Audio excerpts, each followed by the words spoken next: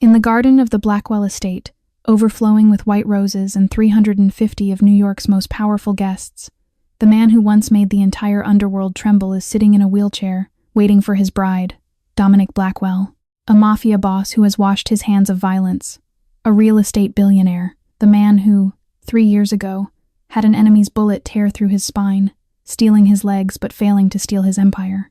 Today was supposed to be the happiest day of his life, but the bride never shows. 30 minutes pass, then an hour, then 2.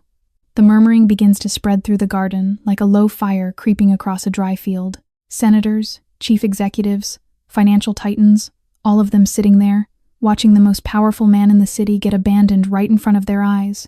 Poor thing. After that assassination attempt, money can't buy new legs. Who would want to be tied to a wheelchair for life?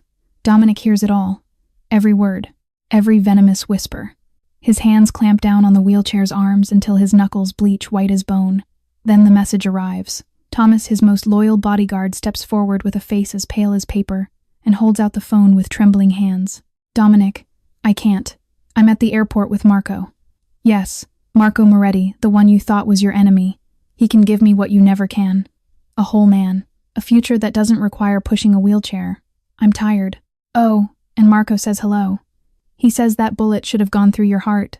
Marco Moretti, the man who ordered him shot 3 years ago, the man who stole his legs, and now he's in bed with Dominic's fiancée. Dominic reads the message. Once, twice, 3 times, as if the letters might change their meaning if he looks long enough. But they don't. The world collapses without a sound. Then someone opens the voice message Marco attached. His triumphant laughter blasts across the garden. Hey, Blackwell. Vanessa's lying right next to me. She says I ride way better than your wheelchair ever could. Congratulations on the wedding, you cripple. Laughter erupts from his rivals. Phones rise into the air, hundreds of them taking pictures, recording video as if Dominic is a dying animal in a zoo. Men who once bowed before him now look at him with contempt, with relish, even with pity. That's it, Blackwell, you're finished. Not even money can keep a woman. Dominic goes rigid, as if turned to stone. He survived the bullet through his spine. He rebuilt an empire from a wheelchair. But this is tearing him apart from the inside. A single tear, the first in 20 years, drops down. And then, in the middle of that hell, a woman steps out from the kitchen. She isn't wearing a gown. She isn't draped in diamond jewelry. She's only in the plain black uniform of the household staff. Her dark brown hair pulled back low at the nape of her neck, her warm brown eyes fixed straight ahead, and a long scar running down her left arm, a scar she has never explained to anyone. Elena James, 28 years old, a widow, a single mother to 2 children, a 7-year-old boy with autism who has never spoken a single word, and a 4-year-old girl fighting leukemia, a woman who grew up in foster care, was abused as a child, was beaten by her husband for 5 years, who lived on the streets of Chicago at 16, who slept in a broken-down car for 8 months with 2 sick children, who once stood on the Brooklyn Bridge on a rainy night and nearly stepped off. She walks through the garden, through the staring eyes, through the poisonous whispers, through her own fear, until she stops directly in front of the most powerful man in New York, and she kneels. 350 people hold their breath. What she asked him in that moment changed both of their lives forever. If you want to know what Elena asked Dominic, please press like and share this video. Don't forget to subscribe to the channel and turn on notifications so you don't miss the next part. Silence draped itself over the garden like an invisible curtain. 350 people held their breath. No one daring to move, no one daring to whisper. All of them stared at the woman kneeling before the most powerful boss in New York. Elena James lifted her face, her warm brown eyes looking straight into the dark, shadowed eyes of Dominic Blackwell. There was no pity in her gaze. There was no fear, only pure respect, and a resolve so steady that she didn't even understand where it had come from. Her lips moved, and when her voice emerged, it was soft enough that only the 2 of them could hear. Sir, would you give me the honor of a dance? Dominic felt as if lightning had struck him. In the 3 years he'd been trapped in this wheelchair, he'd heard more pity than he could count, more false comfort, more averted eyes from people who didn't know where they were supposed to look. But no one, not a single person, had ever asked him this.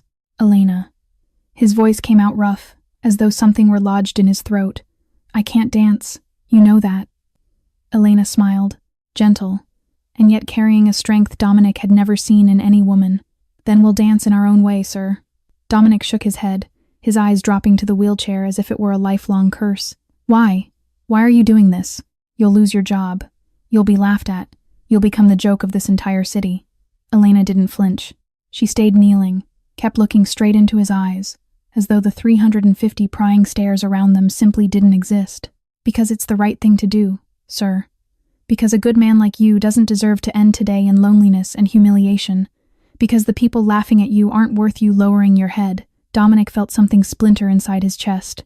Not his heart breaking all over again, but the wall he'd built over the last 3 years collapsing piece by piece. He looked into Elena's eyes, and for the first time in 3 years, he didn't see pity. He didn't see fear. He didn't see disgust or avoidance. He saw only one human being truly seeing another. Not a mafia boss, not a real estate billionaire, not a pathetic cripple, just Dominic, just a man in pain who needed to be seen. His hand trembled as he slowly loosened his grip on the wheelchair's arm.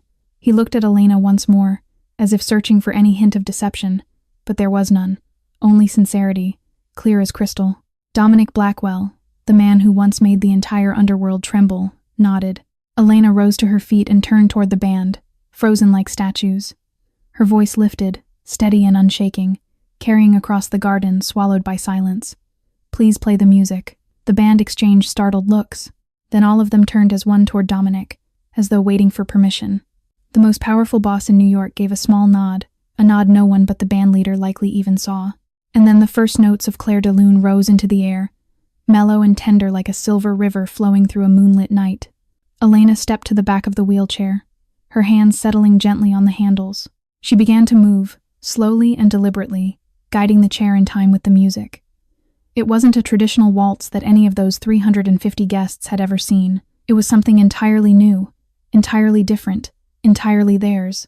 Elena moved around the wheelchair as if she were dancing with it, turning the very thing the world treated as an obstacle into part of the dance. Sometimes she stepped to the right, the black skirt of her housekeeper's uniform lifting lightly in the late afternoon breeze.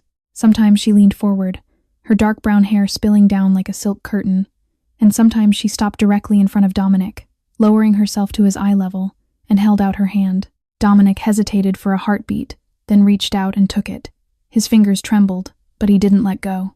Elena's hand was warm and steady, like an anchor holding him in place in the middle of a storm that was tearing his soul apart. They moved together, Elena guiding the wheelchair along soft curving paths, as if they'd practiced this dance for a lifetime instead of meeting only in this moment. She turned, one arm extended with quiet grace, then came back to him again, her hand finding his hand.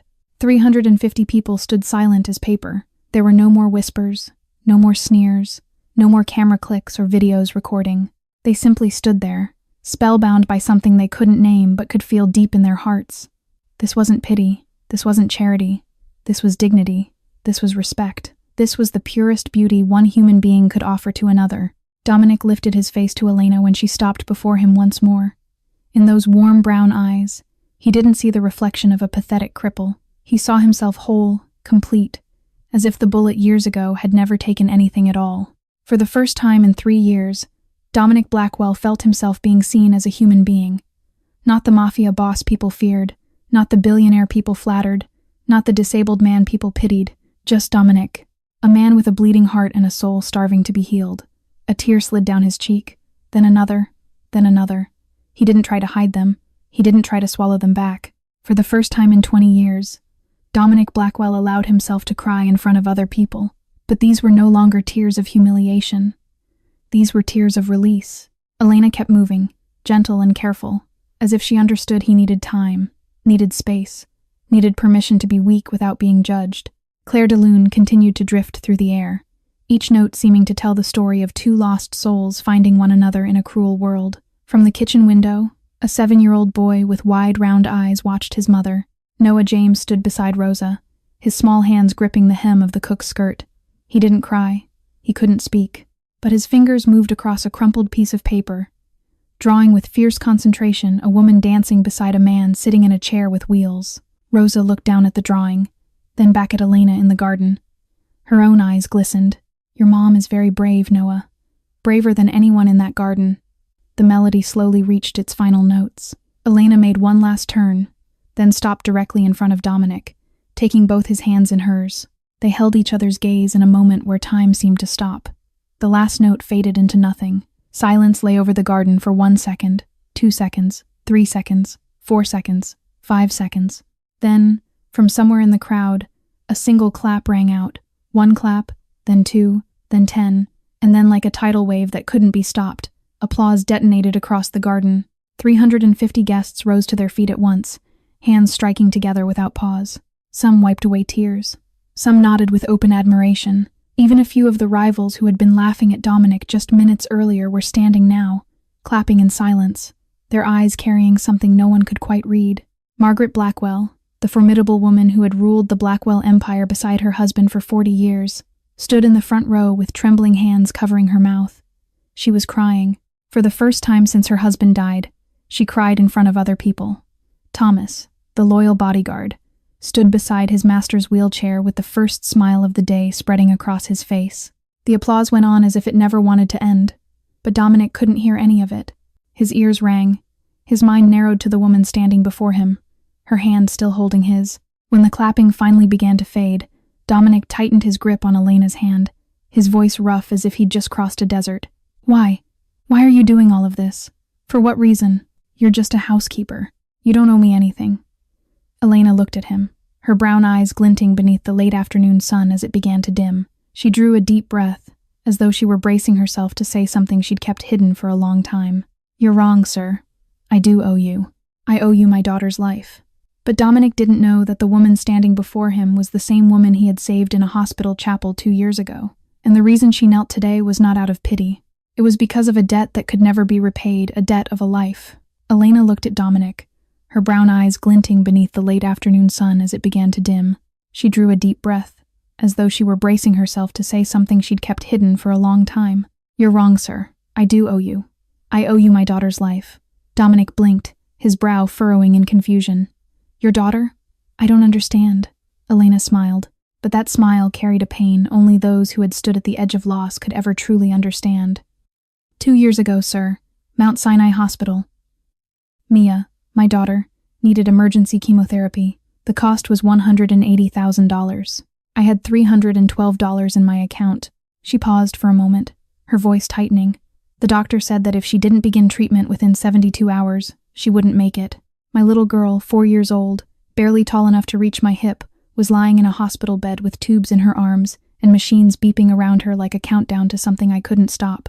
Elena's eyes drifted, as though she were staring straight into the past. I knelt in the hospital chapel, praying to anyone who would listen. I prayed to God. I prayed to Ryan, my late husband. I even prayed to the stars in the sky, though I couldn't see them through the ceiling. I had nothing left but that plea. Dominic stayed silent, his memory searching, digging for something he'd forgotten long ago. Elena went on, her voice sounding as though she were recounting a dream. Then the chapel door opened. You were there, in your wheelchair, looking at me. You didn't say much. You only asked one question. She stopped, tears beginning to slide down her cheeks. You said, how much? I told you I couldn't accept it, that I had no way to pay you back. But you didn't care. You only said one thing. Her voice cracked, but she held steady. You said, children aren't to blame for the injustices of this world. And then you left. The bill was paid. You never mentioned it again. You didn't even remember my face. Dominic went still. The memory returned slowly, blurred as an image seen through fog. He remembered that day. He remembered a woman on her knees, sobbing in the chapel. He remembered those desperate eyes, but he had never known that woman was the same housekeeper who had worked in his estate for nearly 2 years. Mia, he whispered, the name flashing through his mind like a beam of light. Elena nodded, tears pouring down, yet the smile on her lips was brighter than it had ever been. She's alive, sir. She's healthy enough to laugh and run and fight every day. She's standing in that kitchen right now, probably tugging on Rose's apron, asking when her mommy is coming back. Elena's voice steadied, carrying a warmth that cut through the cold of the garden. And Noah, my son, he still smiles because his sister is here. He can't speak, sir. He's never said a single word in his life. But every night before bed, he draws a picture of Mia and tapes it to the wall above her pillow. That's his way of saying he loves her. And he can only do that because you gave her back to us. She looked straight into Dominic's eyes. So today, when I saw you sitting here alone, abandoned by the whole world, I knew what I had to do. Because you deserve it. Because good people deserve to be treated with kindness. because the man who saved my daughter's life without asking for anything in return should not end this day believing he is worthless." Dominic looked at her. His eyes were wet, but something else was there now. No longer only brokenness, no longer despair, but a small, fragile spark of hope, beginning to kindle like the first flicker of a candle in a room that had been dark for far too long. "Thank you," he whispered, his voice shaking. "Thank you, Elena James." And for the first time in 3 years, Dominic Blackwell smiled, not the polite, mechanical smile he gave to business partners and politicians. A real smile, small and uncertain, as if his face had forgotten how. But real. That night, while Elena and Dominic still hadn't even had the chance to leave the Blackwell estate garden, the video of their dance spread across social media like a wildfire no one could put out. The hashtag "The Boss and the Broken Wing" exploded on every platform, becoming a global trend in just 6 hours. Millions watched, hundreds of thousands shared, tens of thousands of comments poured in like a flood, and public opinion split more violently than anyone could have predicted. Half the world praised Elena like an angel, the bravest person they had ever seen, the most beautiful moment of the year, a woman who saved a man's dignity when the whole world turned its back. But the other half showed no mercy. A maid climbing up, a once-in-a-lifetime chance. Who wouldn't jump at it? She's probably been in his bed for a long time.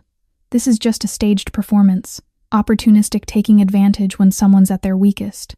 Elena read those comments in her tiny Brooklyn apartment, her hands trembling as she clutched an old, worn phone. The screen glowed in the dim light, each swipe bringing a fresh wave of cruelty from strangers who had never met her, never known her name, never seen the scar on her arm or the empty refrigerator in her kitchen.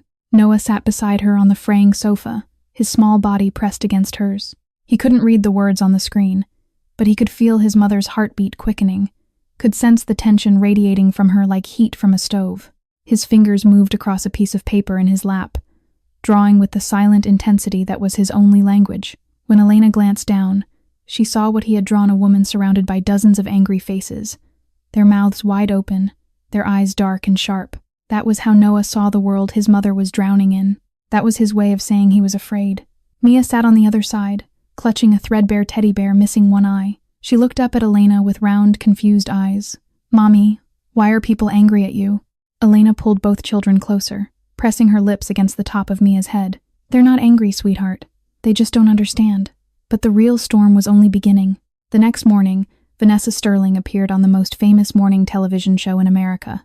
She sat there in a black dress as if she were in mourning, her face bare of makeup, her eyes reddened with tears that fell at exactly the moment the camera zoomed in close. Marco Moretti sat beside her, his hand gripping Vanessa's hand like a lover shielding the woman he loved from the entire world. His jaw was set, his posture rigid with counterfeit righteousness, the perfect image of a hero. "I've endured too much," Vanessa sobbed, her voice trembling with a perfection that felt as though it had been practiced in the mirror hundreds of times.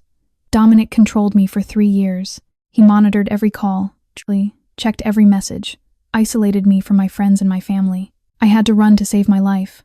Marco was the only one brave enough to stand up and protect me." Marco nodded, his face wearing the mask of a guardian defending a fragile woman. "Dominic Blackwell is a brutal man," he said, his voice full of manufactured conviction. "Vanessa has suffered too much. I will protect her, and I will protect New York from his criminal empire." The host nodded with heartfelt sympathy, and not a single person on that stage asked why Vanessa had run straight into the arms of the man who had once ordered the assassination of her fiancé. No one asked why her farewell message had been so vicious and contemptuous. No one asked why she had mocked a man in a wheelchair in front of 350 guests. No one cared about the truth. They only cared about drama, about ratings, about those beautiful tears glistening under studio lights on live television. And then the paparazzi came. Elena's tiny Brooklyn apartment suddenly became the center of dozens of camera lenses. They swarmed the building from morning until night, screaming questions through the windows, blocking her path every time she stepped outside. "Elena, are you involved with Dominic Blackwell? Did you dance with him for money or for love? What do you think about Vanessa's accusations? Are you trying to seduce a billionaire?" Mia was so frightened she wouldn't go near the windows. She hid behind the curtains, clutching her teddy bear so tightly the remaining eye nearly popped off. Noah sat in the corner of the apartment, rocking back and forth, his hands pressed flat over his ears, the world outside too loud, too chaotic, too much for a boy whose mind needed silence the way lungs needed air. That night, in the dark apartment with the curtains tightly closed, Elena sat on the worn sofa, holding Mia, who had fallen asleep from sheer exhaustion, in one arm, and Noah, who had finally stopped rocking and lay curled against her side in the other. She looked up at the ceiling and wondered if she'd just made the biggest mistake of her life. She'd only wanted to do the right thing. She'd only wanted to repay the man who had saved her daughter's life. But now the whole world was turning against her, and she didn't know if she had the strength to endure it. Noah couldn't go to school. Mia was too scared to look out the window. Elena drew the curtains tighter, held her children in the darkness, and tried to breathe. But the real storm had only just begun, and what happened to Noah at school the next morning would shatter Elena's heart in a way she could never have prepared for. The next morning, Elena had no choice but to take Noah to school. She couldn't miss another day of work without losing her position at the estate, and without that paycheck, there would be no food on the table by the end of the week. She knelt in front of Noah at the school gate, straightening the collar of his worn jacket, her fingers lingering on his shoulders as if she could somehow shield him from everything waiting on the other side of those doors. "I'll be back before you know it," she whispered. Noah didn't look at her. His eyes were fixed on the ground, his small hands clutching a fresh piece of paper and the stubby pencil he carried everywhere. Elena kissed his forehead, watched him walk through the entrance with his uneven, hesitant steps, and felt something twist in her chest that she couldn't name. It happened during recess. A boy 2 years older than Noah, broad-shouldered, loud, the kind of child who had learned cruelty from the adults around him, cornered Noah on the far side of the playground. Noah was sitting alone on a bench, drawing. He was always drawing. It was the only place his mind felt safe. The boy snatched the paper from Noah's hands and held it up for the other children to see. "Look at this freak's stupid picture!" Noah reached for it, his eyes wide, his mouth opening and closing without sound, the words trapped somewhere deep inside him, where they had always been trapped. The boy tore the drawing in half, then in quarters, then let the pieces flutter to the ground like dead leaves. "Your mom is a whore who sleeps with the mafia for money," the boy shouted, loud enough for the entire playground to hear. "Your dad died because he was ashamed of her." Noah couldn't defend himself. He couldn't shout back or explain or cry for help. He did the only thing his body knew how to do when the world became too loud and too cruel. He crumpled into the corner where the fence met the wall, pressed his hands flat over his ears, and began to rock, back and forth, his entire body trembling, his breath coming in sharp, ragged gasps. A full meltdown, silent and violent and invisible to anyone who didn't know what they were looking at. Not a single child intervened. Not a single teacher came. The school called Elena 40 minutes later. She didn't remember the drive. She only remembered walking into the principal's office and seeing her son sitting in the corner, eyes swollen red, his small arms wrapped around the torn pieces of his drawing, as if they were the broken bones of something he loved. The principal, a middle-aged man with a face cold as stone, read the incident report in a voice without emotion. Elena James disrupted recess and caused a disturbance among the other students. Elena's hands shook at her sides. What did the other boy say to him before that? Silence. The principal stared down at his desk. The other boy's parents, seated across the room, looked away. "My son has autism," Elena said, forcing her voice to stay steady though every part of her was breaking. "He can't speak. He can't defend himself. He was bullied with words no child should ever hear, and you want to suspend him?" The principal shifted in his chair.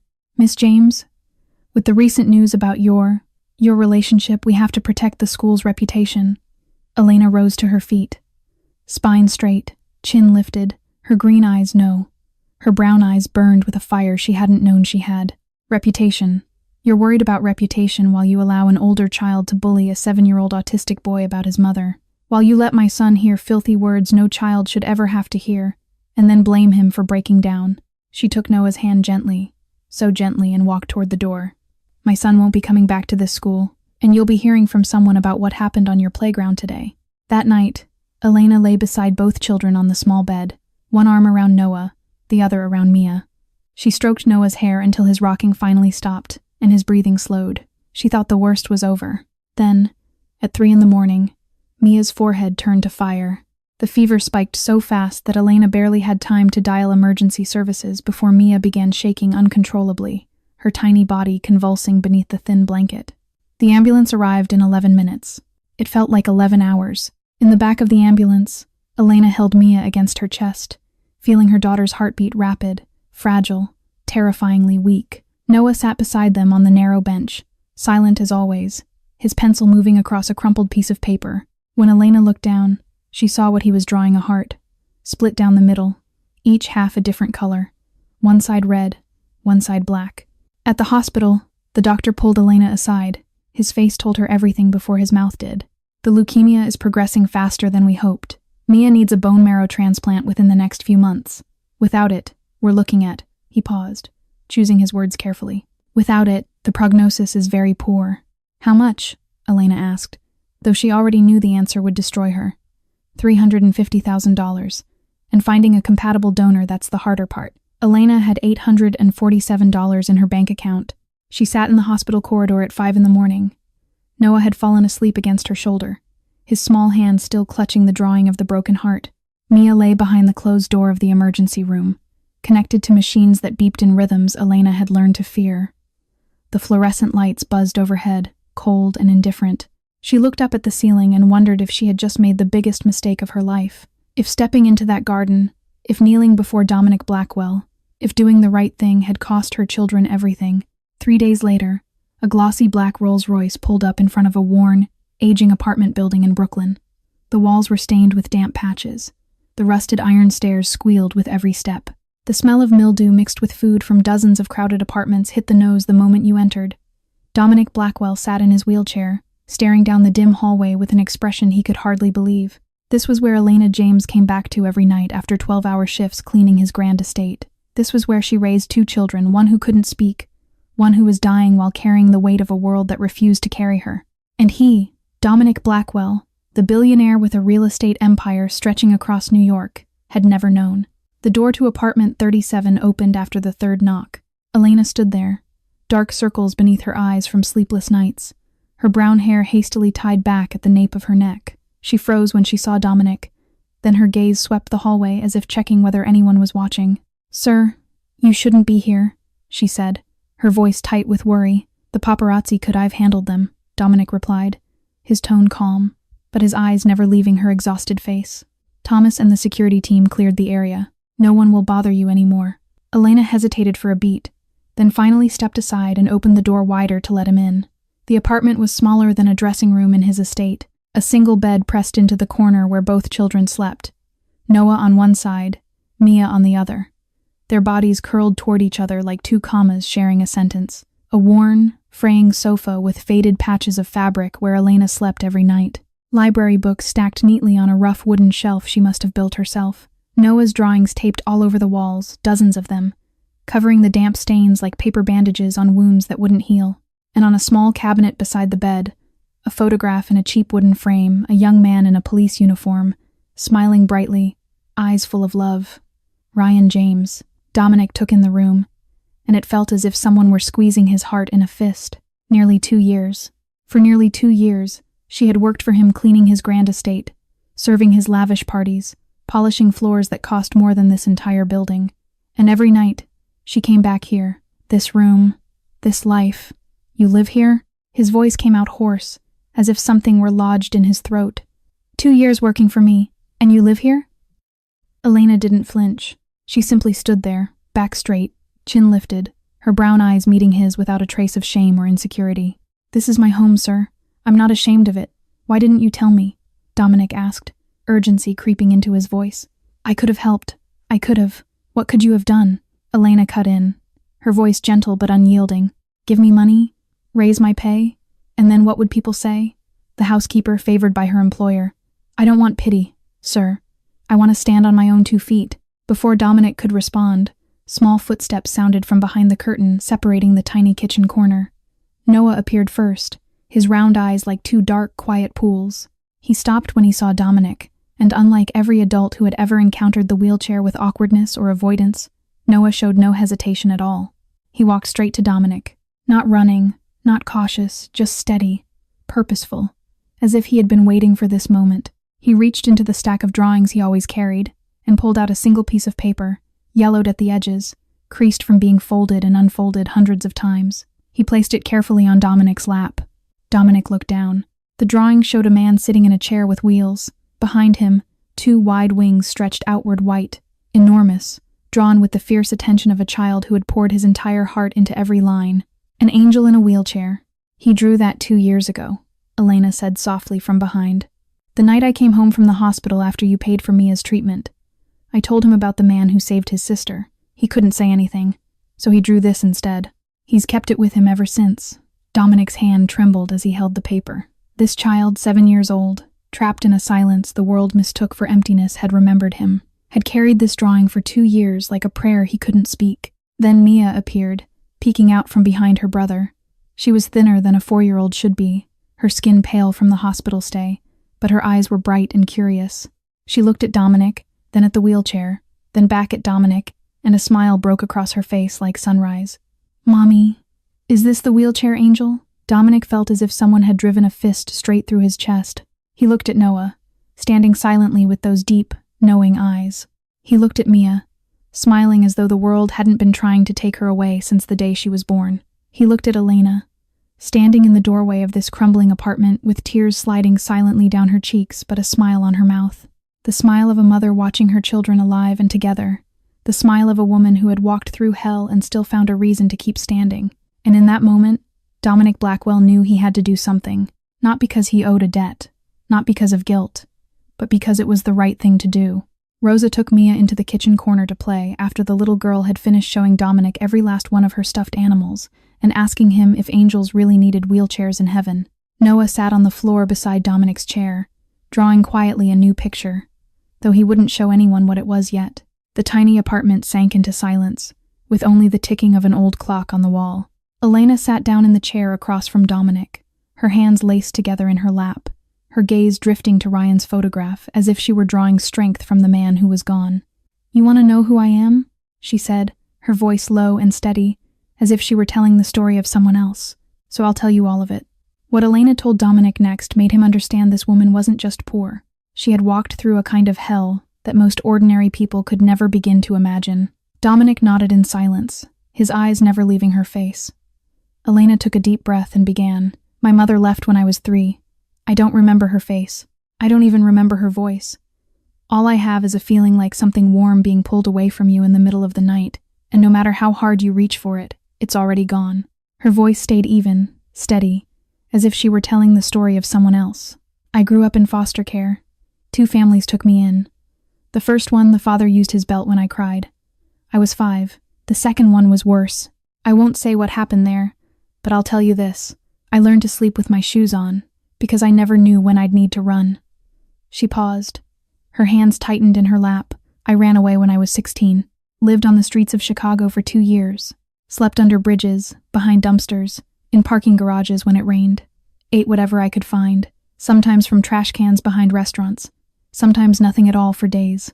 I was invisible. Not a person, just a shadow that nobody wanted to see." Her eyes softened, distant, when she spoke next. "Then I met Ryan. I was 19, waitressing in a small diner on the south side. He walked in wearing a sweat-soaked police uniform after a night shift. He ordered black coffee, and when he saw me crying behind the counter because the manager had just screamed at me for dropping a plate, he waited until my shift ended and bought me an ice cream." A thin, bitter smile crossed her lips. "One ice cream. That was the first time in years anyone had done something kind for me without demanding anything in return. We married 6 months later. I thought he saved me." The smile disappeared. "I was wrong." Elena's voice didn't waver, but Dominic could see her hands tightening until the knuckles whitened. "Ryan hit me for the first time 3 weeks after the wedding. A slap, hard enough to split my lip. He apologized, cried, swore it would never happen again. It happened again the next week, and the week after that, and every week for 5 years. She traced the long scar on her left arm without looking at it, the way someone touches a wound they've stopped feeling but never stopped carrying. He controlled every dollar I earned, checked my phone, isolated me from anyone who might have helped, and no one believed me, because Ryan James was a respected police officer, a hero in uniform. Who would believe the wife over the badge? This scar," she held up her left arm. "He did this with a kitchen knife the first time I tried to leave. He told the emergency room I fell through a glass door. They believed him. Everyone always believed him." Elena closed her eyes for a moment, then opened them and continued. "I got pregnant with Noah. Ryan punched me in the stomach when I was 7 months along. Noah was born premature, tiny, barely breathing. The doctors said he had severe autism. He has never spoken a single word." Her voice cracked for the first time. "I've always wondered if it was because of the beatings. If my body failed my son because I couldn't protect him before he was even born. I'll carry that question for the rest of my life, and I'll never get an answer. Then Mia came. Ryan loved Mia, she looked like him, but when the doctors diagnosed her with leukemia, he changed. He looked at me like I was poison. He said, she stopped, drew a breath. He said, "You carry bad genes. Everything you touch breaks." Ryan died on a secret assignment, but instead of benefits, instead of a pension, instead of anything, I found out he was under internal investigation, corruption, ties to a criminal organization. Because it was classified, I wasn't entitled to survivor benefits. Not a penny. I lost our home. I lost my job because I had to stay with the children at the hospital. My family, she gave a hollow laugh. I never had a family to refuse me. 6 months after Ryan's funeral, Noah, Mia, and I were living in his old car. Elena looked straight at Dominic. "Do you know what despair smells like, sir? It smells like medicine and dirty diapers in a car that won't start. It smells like hospital disinfectant mixed with your own tears at 3 in the morning. It smells like your son screaming without words because he can't tell you he's scared, and your daughter too weak to cry." Her voice dropped to almost a whisper. There was one night, a rainy night, when both children had finally fallen asleep in the back seat. I got out of the car and walked. I didn't know where I was going, but somehow I ended up on the Brooklyn Bridge.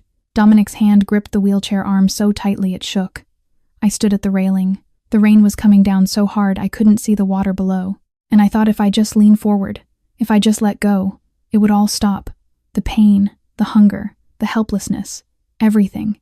Tears fell freely now, but her voice held, and then I felt a tug on my sleeve. She stopped, swallowed. Noah. He had woken up. He had followed me, a 7-year-old boy who can't speak, who can barely cross a room without getting overwhelmed. He had followed me through the rain, in the dark, all the way to that bridge, and he held out a piece of paper. Elena wiped her cheek with the back of her hand. A drawing. 3 people holding hands. A mother, a boy, and a little girl. Stick figures with big round heads and crooked smiles. He couldn't say, "Don't go." He couldn't say, "I need you." But that drawing screamed it louder than any words ever could. I picked him up. I carried him back to the car. I held both my children and I swore no matter what, I would keep fighting. Rosa found me a week later. She recognized the car parked behind the old restaurant where we used to work together. She gave me a place to sleep, gave me food, and when she heard the Blackwell estate needed a housekeeper, she recommended me. Elena looked at Dominic, her brown eyes still wet, yet lit with a strange strength. "The first day I met you, you didn't ask about my past. You didn't ask why a 24-year-old woman looked so thin and so pale. You only looked at me and said, 'You have honest eyes.' That's enough. You gave me the job. You gave me a chance to start over.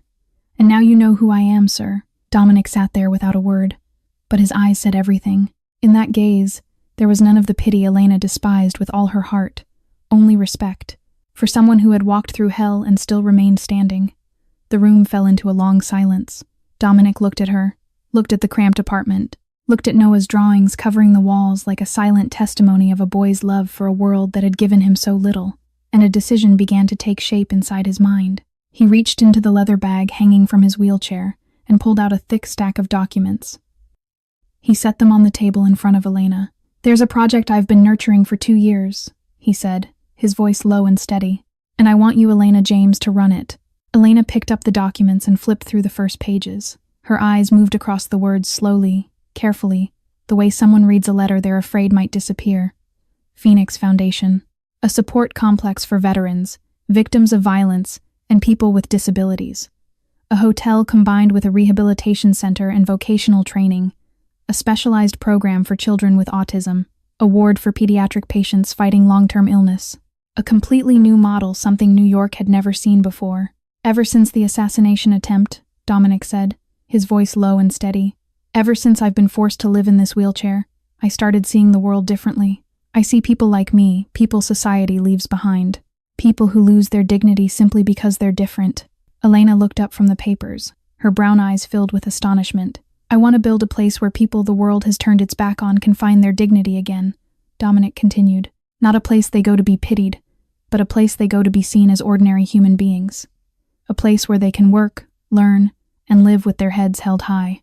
He paused, drew a breath. "And I want you to be the chief executive officer of the Phoenix Foundation."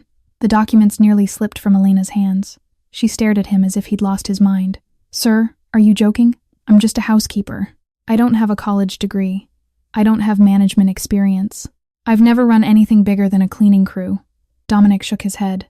You have something no university can teach, Elena. You have a heart that can see people. You've lived through what the people the Phoenix Foundation will serve are living through. You understand them in a way no one with an MBA ever could. Elena stood and moved to the window, looking out at the cracked sidewalk below, her shoulders drawn tight. What will people say? The housekeeper being lifted up by her employer. They'll say I slept with you to get the position. They'll talk no matter what you do. Dominic cut in, his voice decisive. The question is whether you'll let them decide your life, or you'll decide it yourself. Elena was quiet for a long time. From behind the curtain divider, Noah appeared silently. He walked to his mother and held out a new drawing, still warm from his fingers, the paper slightly crumpled at the edges. Elena looked down. The drawing showed a woman standing in front of a tall building, her arms stretched wide open, as if she were trying to embrace the entire world. The woman had brown hair. The building had a bird on the roof, wings spread, rising upward. Noah couldn't understand the words that had been spoken, but somehow, in the way that only he could, he understood exactly what was happening. Elena let out a long breath. Give me time to think. This is too big a decision. Dominic nodded. You have all the time you need. He left the documents and his phone number behind. Thomas pushed his chair out of the apartment, carefully steering around the puddles and peeling paint in the hallway. On the drive back to the estate, Dominic's phone began to ring. Margaret Blackwell's name flashed on the screen, and he knew the real storm was coming. My son. His mother's voice was ice from the very first word. I just heard you went to visit that housekeeper, and you're planning to make her the chief executive officer of the Phoenix Foundation? Dominic didn't ask how she knew. In their world, no secret stayed buried for long. Yes, Mom. Have you lost your mind? Margaret practically shouted into the phone. A chief executive officer who is a maid? After everything our family has built, are you going to turn the Blackwell empire into a joke for all of New York? Dominic gripped the phone tightly, forcing himself to stay calm. Mom, Elena James isn't an ordinary housekeeper. She's the widow of a cop. Catherine cut in. Our family doesn't associate with. Our family used to be immigrants without a penny to our name. Dominic shot back, his voice turning razor cold. Grandfather built this empire with nothing. Father met you when you were still a bar waitress in Little Italy. Or do you want me to remind you in more detail? Silence stretched on the other end of the line. Dominic knew he'd hit the right weakness. Margaret Blackwell, the powerful matriarch, had once been a poor girl working in a bar before she met Don Blackwell. Do you have feelings for her? His mother's voice finally returned, softer now, but still wary. Dominic hesitated for a moment. I don't know, but I do know she's a good person. And I'm tired of people who are called suitable, yet don't have a single ounce of kindness in their hearts. Margaret exhaled. A long pause followed before she spoke again. All right, but if you insist on doing this, let her compete fairly, a transparent hiring process, an outside panel to evaluate. If she deserves it, she'll prove it herself. And if she does deserve it, you'll accept it? Dominic asked. We'll consider it, Margaret replied coolly. But if she hurts you, I won't forgive. The call ended. Dominic stared out through the car window, the city lights sliding past like blurred streaks. For the first time in 3 years, he was looking forward to tomorrow. 50 candidates from across the United States applied for the chief executive officer position at the Phoenix Foundation. People with degrees from Harvard, Stanford, and Columbia, former 5-star hotel executives with decades of experience, rehabilitation specialists with resumes as long as scripture, and Elena James, a housekeeper with a high school diploma and 7 years of experience cleaning other people's homes. The first round was a complete disaster. 2 weeks after Margaret's call, Elena James stood in front of the Blackwell Enterprises building in a black suit she'd borrowed from Rosa, slightly too wide in the shoulders, slightly too long in the sleeves, her hands gripping an old leather briefcase that held her application file. She looked up at the glass tower stretching into the sky and felt as small as she had ever felt in her life. The first round was a disaster. A panel of 5 outside experts sat across from Elena with faces cold as stone. They asked about financial strategy, budget projections, key performance indicators, scalability models, operational benchmarks, words that sounded like a foreign language spoken at twice the speed Elena could process. She stumbled. She sweated. She forgot the figures she'd memorized the night before. Her voice cracked on a question about quarterly revenue forecasting, and she saw one of the panelists write something in red ink without looking up. When she walked out of the interview room, she was sure she'd failed. She sat in the waiting area with her head bowed, her hands shaking in her lap. It was over. She'd fooled herself into thinking a housekeeper could compete with people who'd been trained for this their whole lives. Then her phone vibrated. A text from Rosa. "Did you hear what they said after you left? They said you were the only one who talked about people instead of money. Don't you quit." Elena lifted her head, drew a deep breath, and decided to fight to the end. Every night after work, Rosa came to the small apartment in Brooklyn to help Elena practice. She fired off hundreds of interview questions from basic financial management to complex crisis scenarios.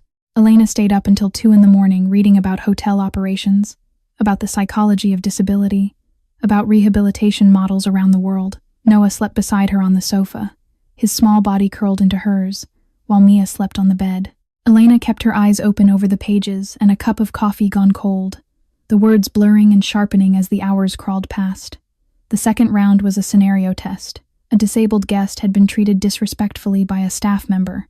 The other candidates answered with procedures, with protocols, with flowcharts and escalation matrices. Elena didn't answer with any of that. She told the truth, her own truth, about the years of being looked through as if she were invisible, about what it felt like to walk into a room and know that no one saw you as a person, only as a problem, about the way hospital nurses talked over her head when she couldn't afford Mia's medication, as if poverty made her deaf, about the school principal who blamed her autistic son for being bullied. The panel listened in silence. When she finished, one of them, a woman with reading glasses perched on her nose, nodded slowly. The third round was a deep interview. The final question came from a silver-haired woman with eyes sharp as blades. She leaned forward and fixed Elena with a stare that could cut glass. "Miss James, you don't have a degree. You don't have management experience. You're the weakest candidate among 50 applicants. Give me one reason, just one single reason why we should choose you." Elena met the woman's gaze, and for the first time in the entire process, she didn't feel afraid. "Because I've lived what the people the Phoenix Foundation serves are living. I know what it is to be abandoned. I know what it is to be looked down on. I know what it is to sleep in a car with a son who can't speak and a daughter dying of cancer and not have money for medicine. I know what it is to stand on the edge of despair and still choose to keep living." She paused, her voice dropping lower but staying steady. "The people who come to the Phoenix Foundation don't need the person with the best MBA. They need someone who understands them.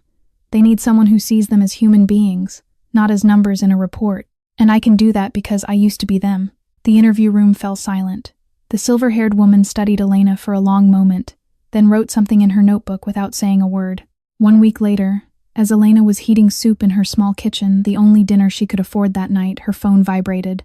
An email from Blackwell Enterprises. She opened it with trembling hands, her heart pounding so hard she could feel it in her teeth.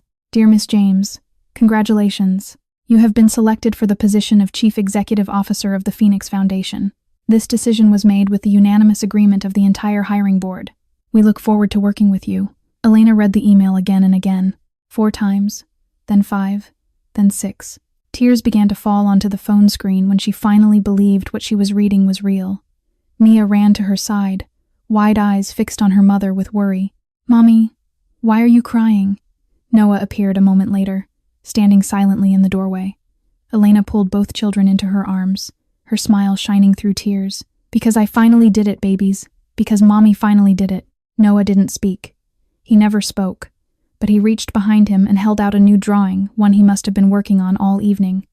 Elena took it and felt her breath catch. A single star, bright and golden, shining against a dark sky. It was the first drawing Noah had ever made in color. Every picture before, every angel, every heart, every figure had been in pencil, black and white, gray, as if the world he saw had no color in it at all.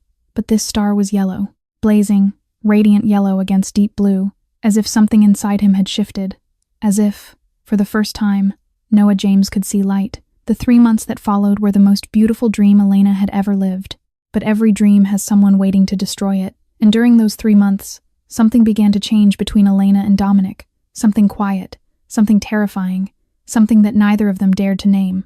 3 months had passed since the day Elena took the position as Chief Executive Officer of the Phoenix Foundation, and her life had changed completely. The damp Brooklyn apartment was only a memory now.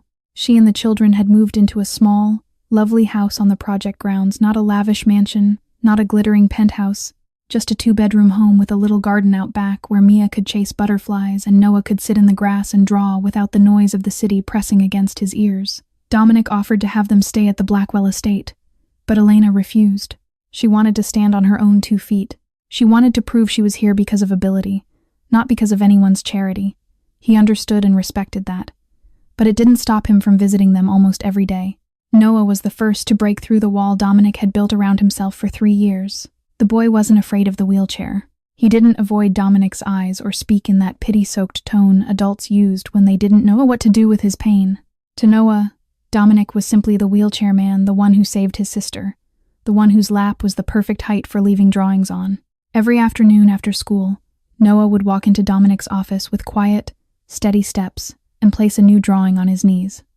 No greeting, no explanation, just the drawing, offered like a gift from a world only Noah could see. And Dominic was the first person who truly read them. Where others saw scribbles, Dominic saw stories. A drawing of a tree bending in the wind wasn't just a tree, it was Noah feeling overwhelmed. A drawing of a bird with 1 wing meant he was sad. A drawing of the sun meant Mia had a good day at the hospital. Dominic learned Noah's silent language, the way a man dying of thirst learns to read the sky for rain. One afternoon, Noah placed a drawing on Dominic's lap that made him go still for a very long time. It showed a man in a wheelchair, sitting in the center of the page.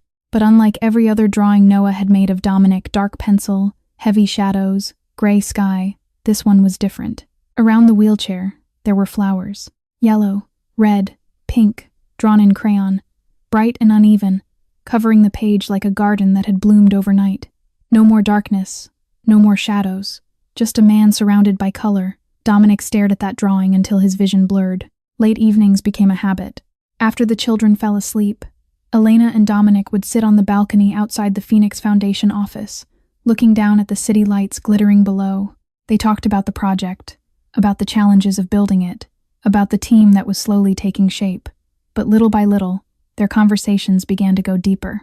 One night, when the first chill of autumn wind started to slip through the city, Dominic talked about the assassination attempt, the restaurant in Little Italy, the motorcycle engine roaring outside, the glass exploding, the gun aimed at his mother, how he didn't think, just lunged, shoved her to the floor, how the bullet went through his back instead of through her heart. I woke up 3 days later, he said, his voice far away. The doctors said I'd never walk again, and I used to think dying would be easier than living like this. Elena understood that feeling. She understood it more deeply than almost anyone. I used to think that too, she said, her voice as light as breath. After Ryan died, after those nights in the car, there was one night I almost didn't come back. What kept you here? Dominic asked. Noah's drawing, Elena answered. A sad smile flickered across her mouth. What kept you? Dominic was quiet for a long time. Anger, he finally said. I was angry at Marco for taking my legs, and I swore I wouldn't give him one more thing. Not my life, not my empire, nothing. They sat in silence, 2 wounded souls slowly finding peace beside each other. Then no one could say who moved first. Their fingers touched, gently, trembling, like they were asking a question neither was ready to answer. Elena didn't pull her hand away. Dominic didn't either. They just sat there, hand in hand, watching the city lights shimmer, and no one spoke because sometimes silence says more than any words ever could. Then a sound from the doorway. Noah stood there in his pajamas, barefoot on the cold tile, his eyes half closed with sleep. He held a piece of paper in both hands, clutching it the way children clutch things that matter more than anything. He walked to Elena and Dominic, placed the drawing on the armrest between their touching hands, and stood there, waiting. Elena looked down. Her breath stopped. 4 people, holding hands. A woman with brown hair, a tall boy, a small girl, and a man sitting in a chair with wheels. 4 people, not 3. For the first time in his life, Noah had drawn 4 people in his family instead of 3. He had added Dominic. Elena looked at the drawing, then at her son, then at Dominic. Tears slid silently down her cheeks. She couldn't speak. Neither could Dominic. And Noah, the boy who had never spoken a word, didn't need to. The drawing said everything. But happiness that has barely begun to bloom is always the most fragile. And what came next would test them in ways none of them could have imagined, because Vanessa Sterling was about to unleash a weapon far more devastating than any bullet. A best-selling book that called Dominic a monster, and Elena his latest instrument. And this time, they didn't just want to destroy Dominic. They wanted to drag Elena into a courtroom and tear her apart. That morning, Thomas walked into Dominic's office with a face as white as paper, holding a brand new hardback book in his hands. On the cover was Vanessa Sterling, eyes reddened, her bare face photographed in mournful, tragic light, as if she were a saint who had survived unspeakable suffering. The title was stamped in blood-red letters across the top. Captive My Life in Hell with the Blackwell Monster. Dominic took the book, flipped through the first pages, and it felt as if someone had dumped a bucket of ice water over his head. Vanessa wrote about her years with him as if she were the victim of a psychological abuser, financial control, isolation from friends and family, sick jealousy, threats and intimidation. Every page was a lie wrapped in language soaked with tears and suffering, the kind of language that made readers weep and share and believe without ever questioning whether a single word of it was true. And millions of people were reading it as if it were gospel. But what truly made Dominic's blood boil were the passages Vanessa wrote about Elena. Housekeeper James is Blackwell's latest instrument, a poor widow elevated to the role of chief executive officer to serve him in every sense of the word. I pity her, because she doesn't know she's walking into the hell I just escaped. Dominic slammed the book shut. His knuckles were white against the cover. That same day, Marco Moretti appeared on the most famous late-night television show in America. He sat there in an expensive suit, handsome face wearing the charming smile that had fooled so many people, and he spoke about Dominic as if he were a hero exposing a devil. Dominic Blackwell is the most dangerous, brutal man in New York, Marco said, his voice full of righteous force. Victoria nearly lost her life because of him. The Phoenix Foundation is just a front for money laundering. Don't let him fool you. The hashtag Blackwell Beast exploded across social media within hours. Millions of people who had never met Dominic were demanding justice for Vanessa. Thousands of hateful comments flooded the Phoenix Foundation page. Investors began pulling out. Business partners refused to take calls. Construction stalled as contractors grew afraid of being tied to a project the public was boycotting. Everything Dominic had built over 2 years was collapsing like dominoes. And then the media turned its teeth on Elena. From housekeeper to CEO, Cinderella, or con artist, that headline splashed across the front page of a famous tabloid alongside a stolen photograph of Elena walking into the Phoenix Foundation office. They found records of Ryan's internal investigation. They dug into his suspicious death on a classified assignment. Husband dies under mysterious circumstances. Wife quickly climbs into a mafia boss's bed. Coincidence or conspiracy? Another article read. Elena had to read it 3 times before she could believe someone had actually put something so monstrous about her life into print. They didn't care about the truth. They didn't care that Ryan had died in the line of duty. They only cared about drama, about scandal that could sell papers and pull clicks. But the worst blow came that afternoon. Dominic's attorney called, his voice tight with urgency. Bad news. Vanessa and Marco just filed a lawsuit accusing you of emotional abuse and psychological harm. They're demanding $50 million in damages. Dominic gripped the wheelchair arm, forcing himself to stay calm. Is there anything else? The lawyer hesitated. There is. They've subpoenaed Elena James as a witness. They want her in court to answer questions about her relationship with you. Elena felt as if the air had been ripped out of her lungs. They didn't just want to destroy Dominic. They wanted to use her as a weapon against him. They wanted to drag her into the mud, turn her into a puppet in their hateful performance. Elena stood beside Dominic in the office, watching the television replay Marco's interview for the 3rd time. The city lights blinked behind them through the window, indifferent to the storm tearing their world apart. Dominic, she said, her voice shaking. We have to do something. Dominic turned his wheelchair toward her, his hand finding hers and holding tight. They want to use you against me, he said, his voice low, but his eyes burning. But they don't know they've chosen the wrong opponent. Elena looked into those dark eyes now lit with determination, and she wanted to believe him. She wanted to believe that truth could win against a machine built on beautiful lies and manufactured tears. But that night, alone in her small house, after the children were asleep and the silence pressed against her like a weight she couldn't carry, Elena sat at the kitchen table and wrote a resignation letter. They didn't just want to destroy Dominic. They wanted to use Elena as a weapon against him. And that night, Elena walked into Dominic's office with the letter in her hand, and what happened next was something no one could have predicted. It was 11 o'clock at night when Elena stood at the door of Dominic's office with a resignation letter in her hand.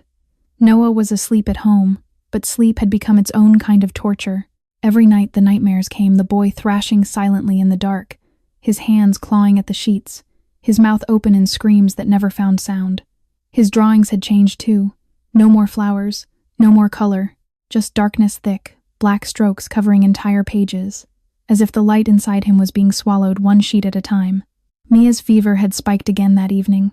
The third time this week. Elena had held her daughter until the trembling stopped, counting each shallow breath like a prayer, before Rosa arrived to watch the children. She couldn't keep going like this. She couldn't watch her children be destroyed because of her choices. Dominic was sitting by the window when Elena stepped inside, the city lights painting his face in alternating bands of shadow and glow. He turned at the sound of the door, and he immediately saw that something was wrong in her eyes. Elena, what's going on? Elena set the letter on his desk. Her hands trembled. I came to tell you I'm resigning, and I think we should stop. Dominic looked as if someone had slapped him hard enough to crack the air. Stop? What are you talking about? Can't you see? Elena's voice broke. Everything she'd been holding back for days, for weeks, came spilling out at once, like water bursting through a dam that had finally given way. I'm dragging you down. The project is dying because of me. Investors are pulling out because of me. The media is attacking you because of me. And Noah, her throat tightened until she could barely breathe. He's having nightmares every night because of me. He stopped drawing in color again. Every picture is black, just black. And Mia, her fevers won't stop. The stress is destroying her immune system. I'm destroying my children's lives just because she stopped. The words caught in her chest like a fishbone she couldn't swallow or spit out. Just because I'm selfish enough to want to be with you. The last word fell into silence. Elena froze. Her own voice echoed back to her, and she heard what she had just said, the confession buried inside the accusation, the truth hiding behind the anger. Because I want to be with you. Dominic stared at her. The office was so quiet that Elena could hear the clock on the wall ticking, each second stretching like a lifetime. You call that selfish? Dominic's voice was low, barely above a whisper. You call loving someone selfish? You don't understand. Elena was almost shouting now, tears pouring down without control. You're rich. You're powerful. You've got an empire to protect you. And me? I have nothing but Noah and Mia. They're everything I have. And now they're suffering because the words ripped out of her like a desperate scream, because I love you. The room went still. Elena's hand flew to her mouth, as if she could push the words back in. But they were already out, 3 words, spoken for the first time, hanging in the air between them like something fragile and terrifying and true. Silence flooded the room. Dominic stared at her, his dark eyes shining under the light.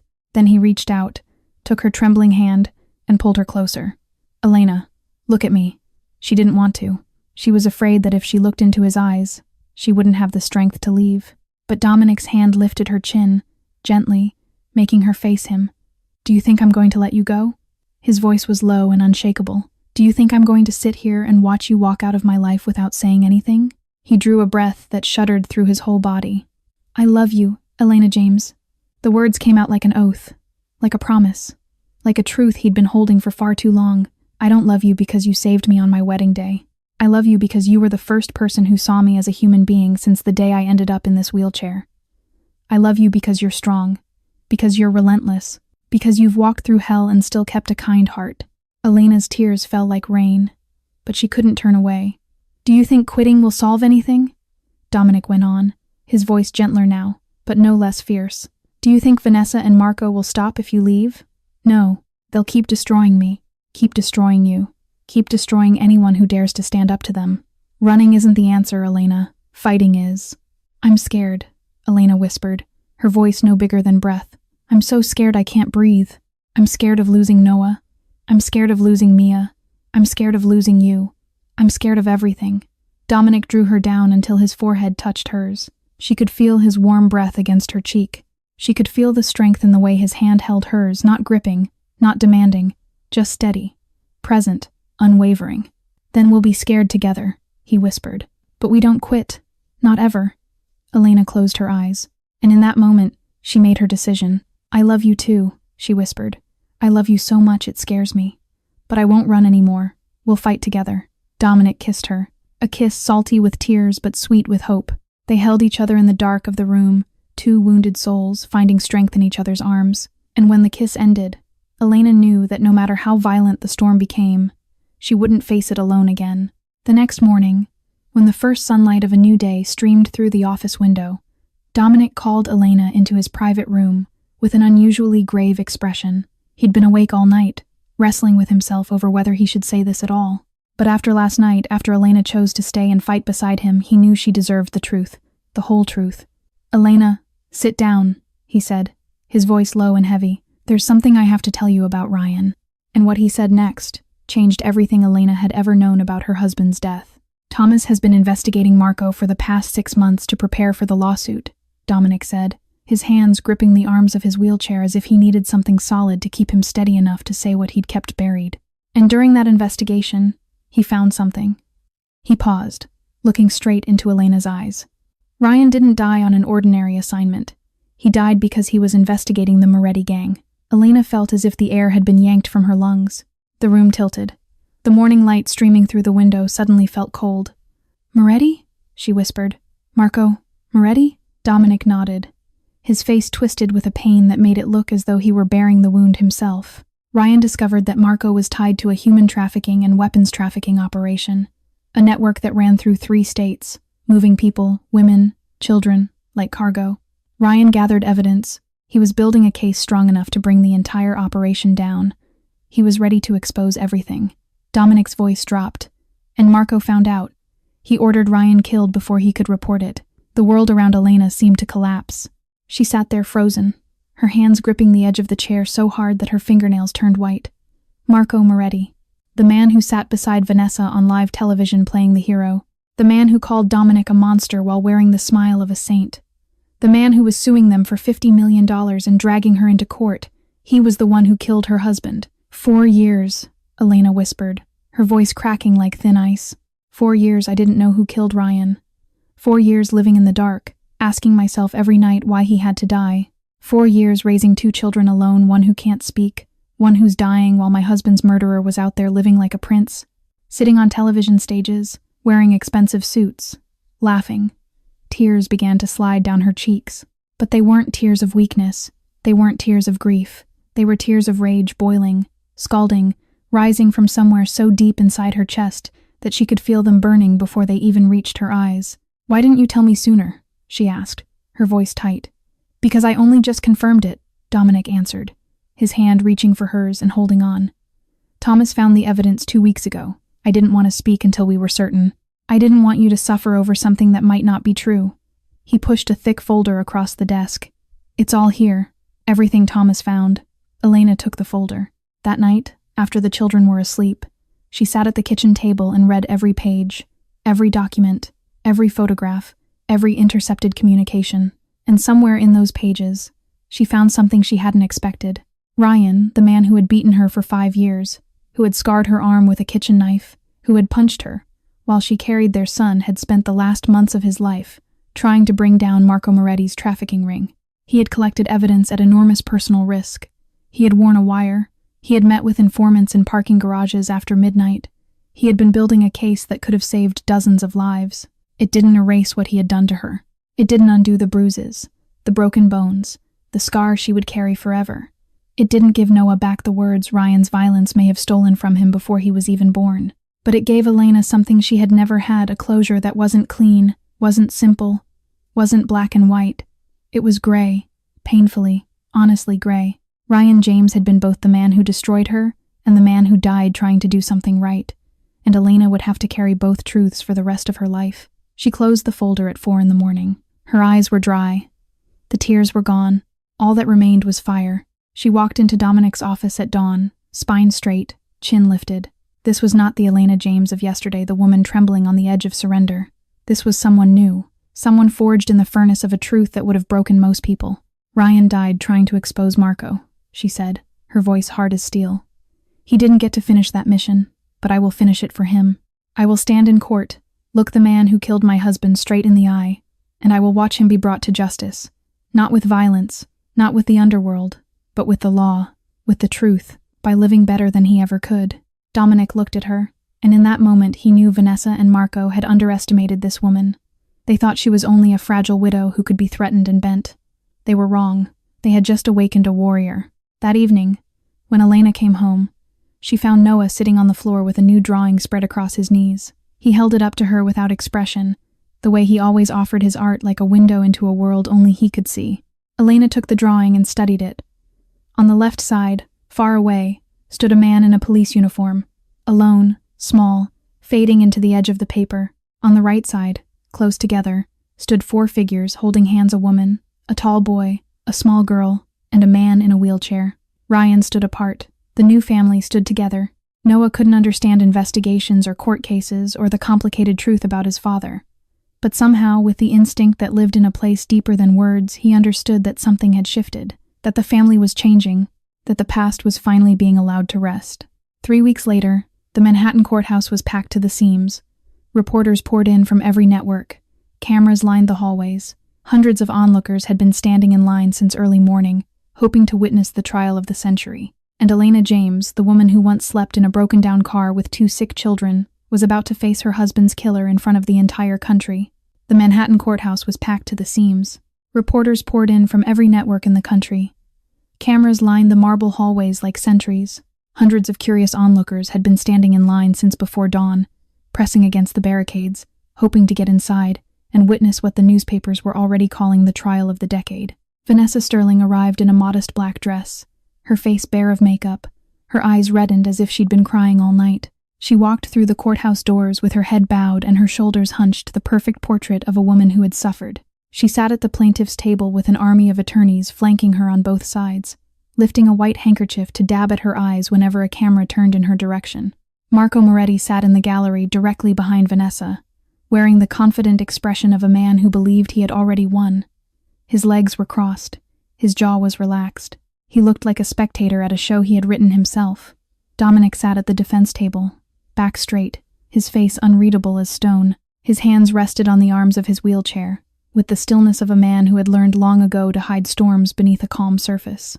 Elena sat directly behind him, her hand gripping Rosa's tightly. Her brown eyes were fixed forward. Her heart was hammering so hard she could feel it in her throat. Noah was safe at home with a caretaker, but Elena had slipped one of his drawings into her pocket before she left, the one with 4 people holding hands. She could feel it pressed against her hip like a talisman.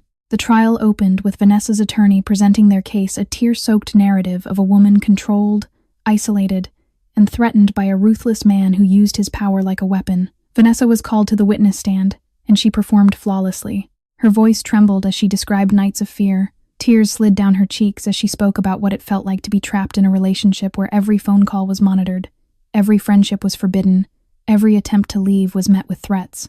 She even turned to look at Dominic with wounded, glistening eyes as if he were the man who had destroyed her life. Half the courtroom was leaning forward. Some people wiped their eyes. The judge listened with a neutral expression, but even she seemed moved by the performance. Then it was Dominic's attorney's turn, and everything began to turn. Your Honor. Dominic's counsel rose from his chair, calm, measured, but heavy with authority. We have evidence that Vanessa Sterling and Marco Moretti planned this disappearance 6 months before the wedding date. The courtroom screen flickered to life, displaying a long thread of messages between Vanessa and Marco.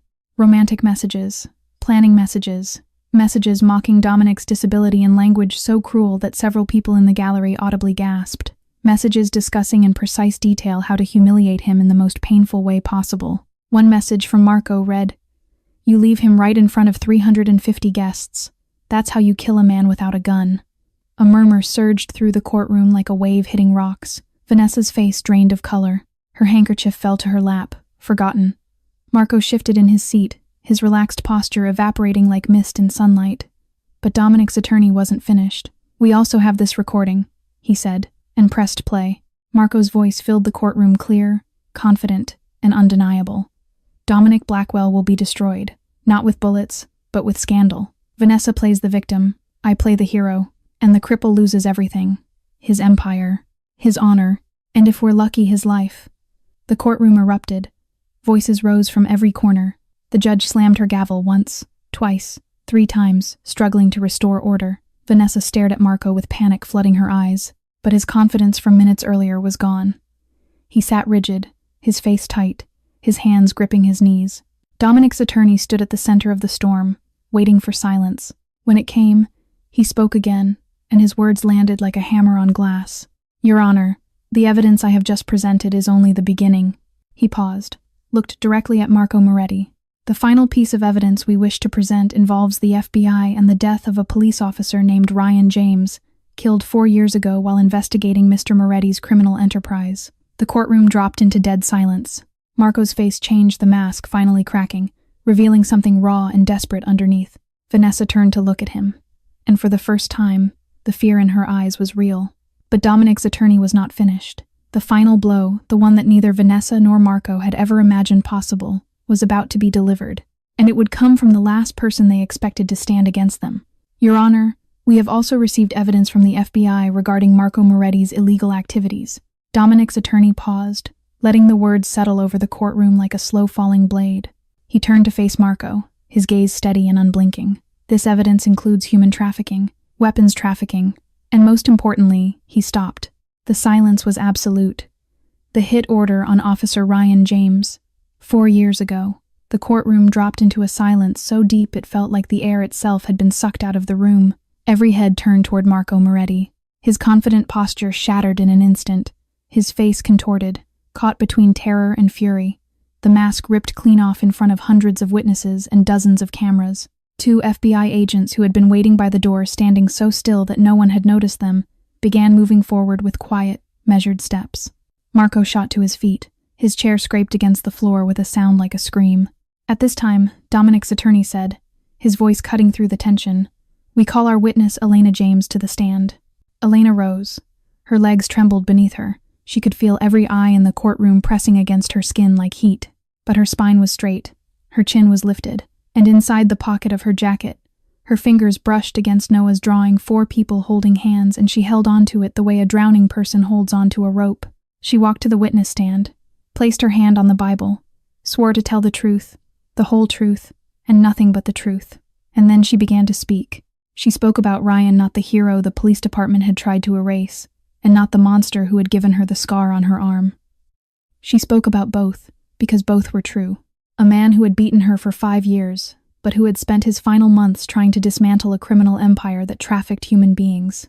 A complicated, broken man who had done terrible things, and one courageous thing, and who had died before he could finish either story.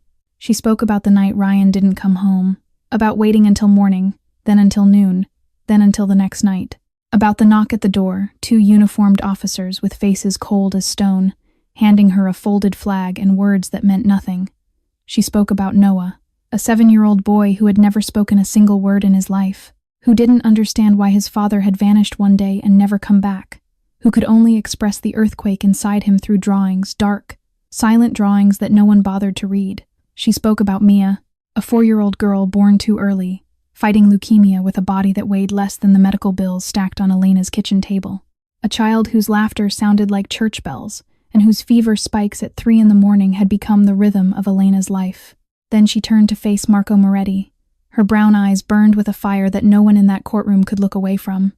4 years ago, you ordered my husband killed. Ryan James died trying to expose your crimes. He wore a wire into your meetings. He photographed your shipments. He was building a case that would have brought your entire empire crashing down, and you had him murdered for it. Her voice didn't crack. It didn't waver. It rang through the silent courtroom like a bell struck once and left to resonate. For 4 years, I raised 2 children alone. One who can't speak, one who's dying. I slept in a car. I begged in hospital chapels. I stood on a bridge in the rain and nearly didn't come back. And the whole time, the man who stole their father was sitting on television stages, wearing expensive suits, calling himself a hero. She paused, drew one breath. And now you're sitting here, demanding $50 million in damages, while your hands are stained with my husband's blood. The courtroom was so still that Elena could hear her own heartbeat echoing off the wood-paneled walls. She turned to Vanessa.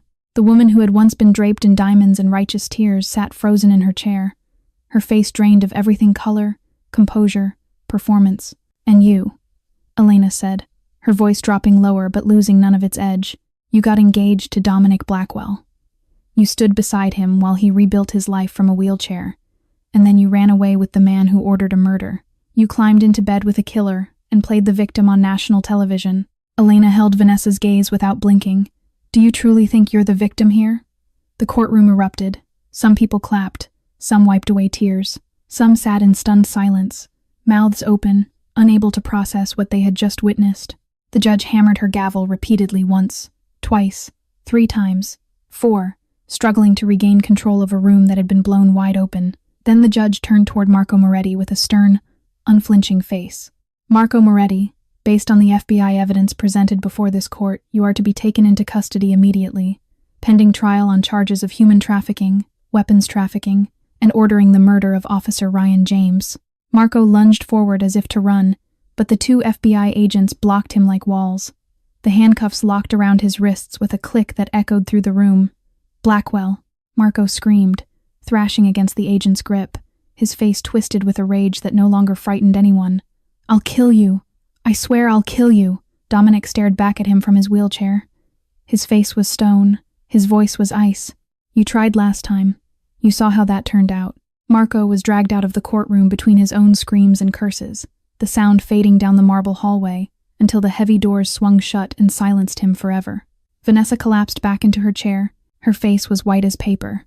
Tears slid down her cheeks, but this time, not a single person in that courtroom believed they were real. The performance was over. The audience had left, and she knew, with the certainty of someone watching the last card fall, that she had lost completely and beyond saving. The verdict came 2 days later. But outside the courthouse, as Elena stood in the sunlight holding Dominic's hand, her phone rang. "Mount Sinai Hospital," she answered, and the doctor's voice on the other end made her knees nearly buckle. Mia was running out of time. The verdict came 2 days after Elena's testimony, and it fell like a hammer. Every accusation Vanessa Sterling had made against Dominic Blackwell was dismissed completely, entirely, without a single thread left standing. The judge's voice rang through the courtroom with the weight of stone striking stone. Vanessa Sterling was found guilty of perjury and conspiracy to defraud. She was ordered to pay Dominic $5 million in compensation and sentenced to 2 years of probation. Her best-selling book was pulled from shelves pending a defamation investigation. She left the courthouse with her head bowed, surrounded by attorneys who could no longer look her in the eye, and not a single camera bothered to follow her. Marco Moretti was denied bail. The charges stacked against him read like a catalog of evil human trafficking across 3 states, weapons trafficking, and the ordered assassination of Officer Elena James. He faced life in prison without the possibility of parole. The man who once sat on television stages playing the hero was now sitting in a holding cell, staring at walls that would be the last thing he ever saw. Outside the courthouse, Dominic faced the cameras for the first and only time. His voice was steady, his eyes clear. Today, justice won. Not because of money or power, but because of truth. And truth always wins. Elena stood beside him, her hand resting on the back of his wheelchair. She should have felt relief. She should have felt joy. But her phone had already rung, and the doctor's words were still echoing in her ears like a countdown she couldn't stop. Mia needed a bone marrow transplant within 30 days. Without it, there would be no more chances. The cost was $350,000, and finding a compatible donor in a window this narrow was nearly impossible. Dominic covered the cost without hesitation. "Don't even think about arguing," he said when Elena opened her mouth to protest. "This isn't charity. This is family." But the money was only half the battle. The transplant required a donor whose marrow matched Mia's with near-perfect compatibility. The hospital ran tests on the national registry. Nothing. They expanded the search internationally. Still nothing. Every day that passed was a day closer to the edge of a cliff. Elena couldn't bear to look over. Then the results of one final test came back. Noah James, 7 years old, Mia's older brother. A perfect match. The only perfect match. Elena sat in the doctor's office and felt the world tilt sideways. Her son, her silent, fragile, beautiful boy, who was terrified of hospitals, who couldn't tolerate the sound of medical machines, who went into full meltdown at the sight of a needle, was the only person on earth who could save his sister's life. That evening, Elena knelt in front of Noah in their small living room. She held both his hands and tried to explain what was happening, speaking slowly, gently, not knowing how much he understood, but knowing she owed him the truth. "Mia is very sick, sweetheart, and the doctors say you're the only one who can help her. They need something from inside your bones, something that will make Mia better. It will hurt. I won't lie to you. It will hurt, and I'm so sorry." Noah stared at her with those deep, round eyes. He didn't speak. He never spoke. But after a long silence, he pulled his hands free, picked up his pencil, and began to draw. When he held up the paper, Elena's breath caught in her throat. A boy small, with dark hair holding out a bright red heart to a smaller girl lying in a bed, giving his heart to his sister. Elena pulled him close and held him so tightly she could feel his heartbeat against her own. The day of the procedure, Noah was trembling before they even reached the hospital entrance. Inside the sterile white room, surrounded by machines and masked faces, he curled into himself on the bed, his small body shaking, tears streaming silently down his cheeks. His hands flew to his ears, pressing hard, trying to block out the beeping, the voices, the cold, clinical world that overwhelmed every nerve in his body. Elena held one of his hands. Dominic held the other. And then something happened that Dominic would remember for the rest of his life. Noah's small fingers trembling, damp with sweat, slowly tightened around Dominic's hand, not pulling away, not flinching, holding on. For the first time, Noah reached back. He gripped Dominic's hand and squeezed with everything his small body had. And he didn't let go. Not through the preparation, not through the needle, not through the extraction. Noah James held on to Dominic Blackwell's hand as if it were the only safe thing left in the world. The transplant was a success. 3 days later, Mia opened her eyes. She was pale. She was exhausted. Tubes still ran from her arms. But when she saw Elena and Noah standing beside her bed, a smile spread across her face, weak but radiant, like sunlight breaking through storm clouds. "Mommy," she whispered, her voice thin as paper. "Noah saved me?" Elena couldn't speak. She gathered both children into her arms, Mia fragile as glass, Noah still and silent, and held them against her chest, tears pouring down her face without sound. Noah sat beside his sister's bed for the rest of the afternoon, drawing. When Elena finally looked at what he had made, she saw 4 people standing beneath a bright yellow sun. A woman, a tall boy, a small girl, and a man in a wheelchair. All 4 of them were smiling, every single one. 6 months later, the Phoenix Foundation officially opened its doors, and on the rooftop of that building, the place that had witnessed tears and the bravest decisions of their lives, Dominic Blackwell was about to ask Elena James the most important question of his life. The Phoenix Foundation rose 12 stories into the Manhattan skyline like a promise kept. Glass and steel and light a building that had been born from pain and built on hope. On this morning, hundreds of people gathered at its entrance, filling the sidewalks and spilling into the street. Veterans in wheelchairs, mothers holding children with braces and bandages, survivors of violence with scars visible and invisible, journalists, politicians, donors, and ordinary people who had followed the story of the boss and the broken wing from the very beginning and had come to see this moment with their own eyes. Noah stood on a small chair beside Dominic's wheelchair, his thin fingers wrapped around the handle of an oversized pair of golden scissors. The red ribbon stretched across the entrance, gleaming in the autumn sunlight. Noah looked at Dominic. Dominic looked at Noah. And together, the silent boy and the man in the wheelchair, they cut the ribbon. The crowd erupted. Applause crashed like thunder. Cheers rose into the cool morning air. Noah didn't speak. He never spoke. But the smile that spread across his face was the widest Elena had ever seen. So wide it seemed to reach all the way to his ears, transforming his quiet features into something radiant. Mia stood beside them, her hair growing back in short, soft curls after the transplant. She was healthy. She was strong. She waved at the crowd with both hands, laughing, as if she had never been sick a day in her life. Elena watched from a few steps behind, tears glinting in her eyes. 1 year ago, she had been living in a damp Brooklyn apartment, counting coins for groceries, wondering if her daughter would survive the month. Now she was the chief executive officer of a foundation that would change thousands of lives, and her daughter was standing in the sunlight, laughing, alive because of the man in the wheelchair beside her, and the silent brother who had given part of himself to save her.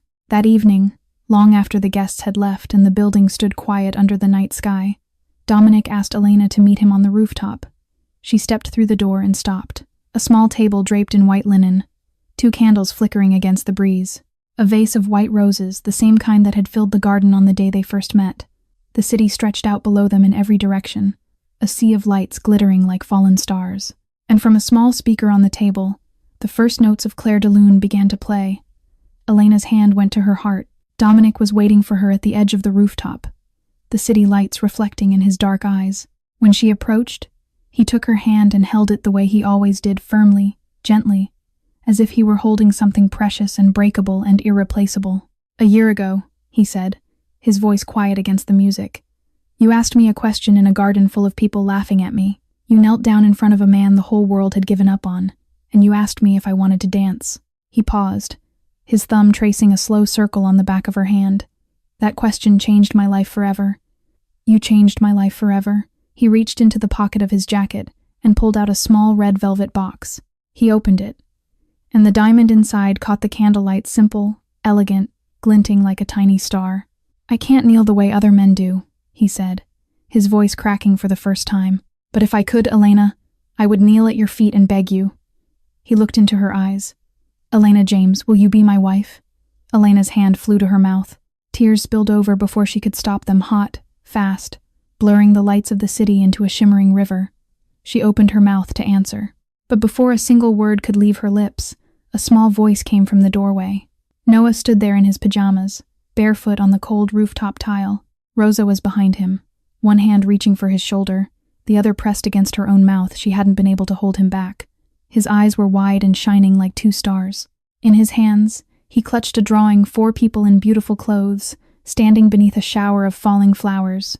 He looked at Elena, then at Dominic, then back at Elena, and for the first time in his life after 7 years of silence, 7 years of a voice trapped so deep inside him that no one believed it existed, Noah James opened his mouth. The sound that came out was hoarse, shaking, so quiet it was barely louder than a breath.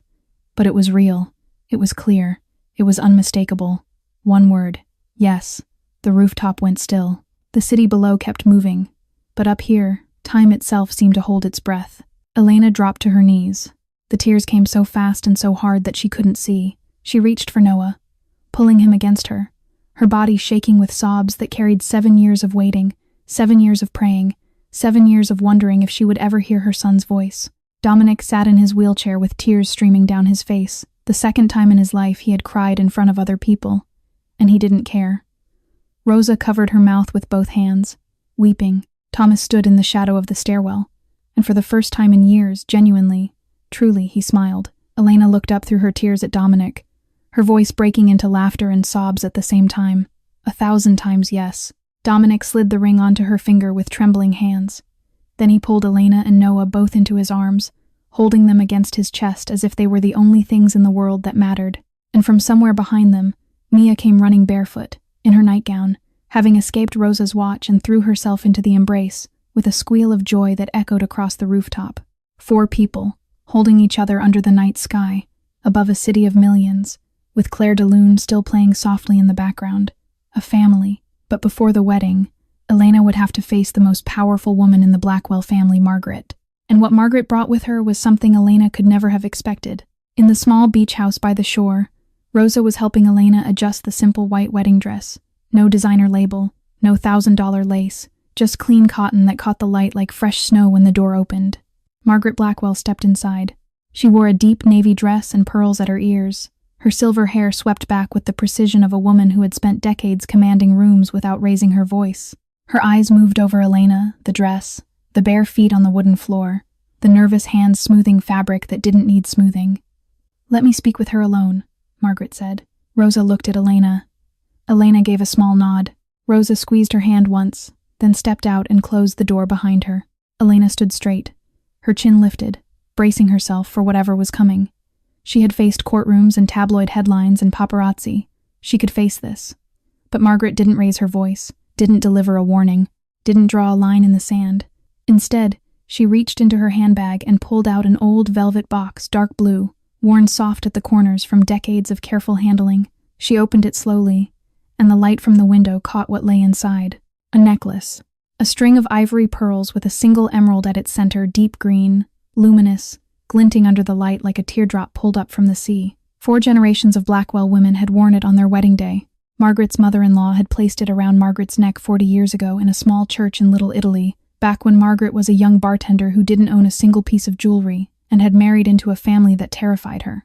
"I didn't accept you at first," Margaret said, her voice low and steady, but carrying a weight that hadn't been there before. "I thought you weren't worthy of my son. I thought you were too poor, too broken, too different from the world we built." She paused. Her eyes glistened. "I was wrong." Margaret stepped forward and placed the necklace around Elena's neck with her own hands. The pearls settled against Elena's collarbone, cool and smooth, as if they had been waiting for her. "You're the best thing that's ever happened to Dominic. You brought him light when I thought he would be lost in darkness forever. You gave him a reason to smile again. You gave him a family again, and for that I'm grateful to you." Elena's voice came out as barely a whisper. You called me what?" Margaret smiled. It was the first real smile Elena had ever seen on that stern, formidable face, warm and gentle, and full of a tenderness she had hidden for so long. Daughter-in-law. 2 women who had entered the room as strangers, fell into each other's arms and wept.